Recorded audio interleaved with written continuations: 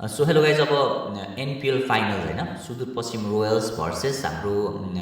Lumbini Lions होइन यसको बारेमा हल्का प्रि गेम एनालाइसिस लिएर आएको छौँ होइन सो दिस गेम भने एकदमै इम्पोर्टेन्ट छ गाइज होइन आई थिङ्क कोच स्टुअर्ट ल is also watching the game होइन अब यो कसले जित्छ होइन रोहित कुमार पौडेलले जित्यो भने होइन जस्तो हाम्रो नेसनल टिममा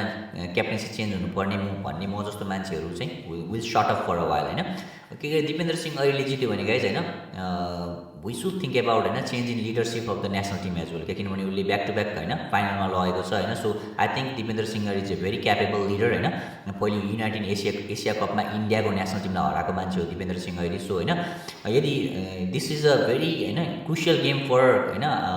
the leadership where the leadership of our national team goes क्या होइन कि दिपेन्द्र सिंह अहिले जित्यो भने आई थिङ्क देयर इज होइन there will be some questions about the होइन being the captain of the national team as well है अब अर्को कुरा भनेको अब म्याचअप होइन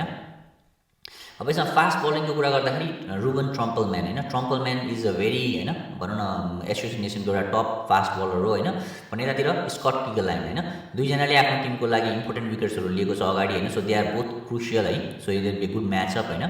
अब टुकटुके ब्याटिङको कुरा गर्नुहुन्छ भने you can compare Rohit Kumar Paudel with Aarif Sheikh होइन आरिफ शेख र रोहित कुमार पौडेलको ब्याटिङ उस्तै छ एङ्कर इनिङ टाइपको छ उनीहरूको ब्याटिङ होइन so you can watch those matchup होइन त्यसपछि अब यहाँ स्पिन बलिङमा कुरा गर्दाखेरि यतापट्टि हाम्रो सुदूरपश्चिम रोयल्समा हरमित सिंह हुनुहुन्छ भने उतापट्टि चाहिँ आई थिङ्क अहिले तिलक भण्डारी पनि चम्किरहेछ होइन plus you have Sher Malla होइन स्पिन बलिङमा त्यसपछि you have also Dipendra Singh अहिले दिपेन्द्र सिंह पनि अफ ब्रेक कहिलेकाहीँ होइन he can be effective so अब